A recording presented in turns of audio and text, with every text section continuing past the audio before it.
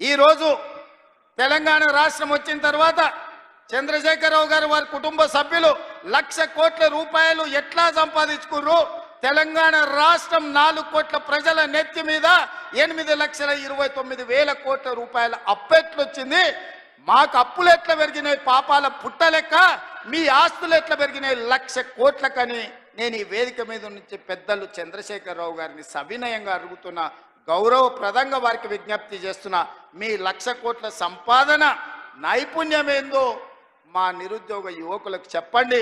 1,00,000 కోట్లు రాకపోయినా నెలకు 1,00,000 రూపాయలు సంపాదించుకునే నైపుణ్యం మా నిరుద్యోగ యువకులు నేర్చుకుంటారని నేను అడుగుతున్నా.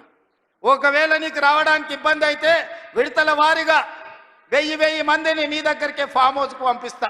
ఆ విద్య ఏందో వాళ్ళకు నేర్పమని చంద్రశేఖరరావు గారికి విజ్ఞప్తి చేస్తున్నా.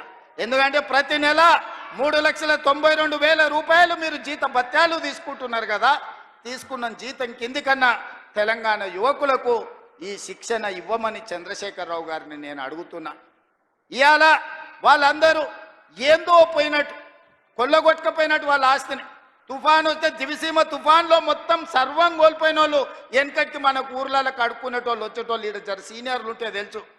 దివిసీమ తుఫాన్లో సర్వం కోల్పోయినాం, మాకేమని ఉంటే బతకడానికి వచ్చినామని గ్రామాలకు వచ్చేటోడు.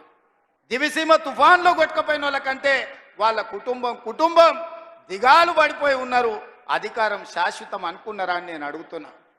అందుకే మిత్రులారా, ఆనాడు ధనిక రాష్ట్రాన్ని ఈనాడు చంద్రశేఖరరావు గారి కుటుంబం దివాలా తీయించింది. దివాలా తీసిన ముక్కబోని ధైర్యంతో రాష్ట్రాన్ని పట్టాల మీద ఎక్కించి తెలంగాణ రాష్ట్రాన్ని అభివృద్ధి పదం వైపు నడిపిస్తున్నాం. అందుకే ఈరోజు స్టేషన్ గద్పూర్లో 800 కోట్ల రూపాయలతో అభివృద్ధి కార్యక్రమాలను తీసుకున్నాం. కొన్ని విషయాలు ఆడబిడ్డల విషయం కావచ్చు, ఆర్టీసీ బస్సులు ఇవ్వడం కావచ్చు, లేకపోతే సోలార్ పవర్ ప్లాంట్లు కావచ్చు. ఎన్నడైనా వాళ్ళు ఆలోచన చేసిండ్రా ఈ ఆడబిడ్డలను ఆదుకోవాలని?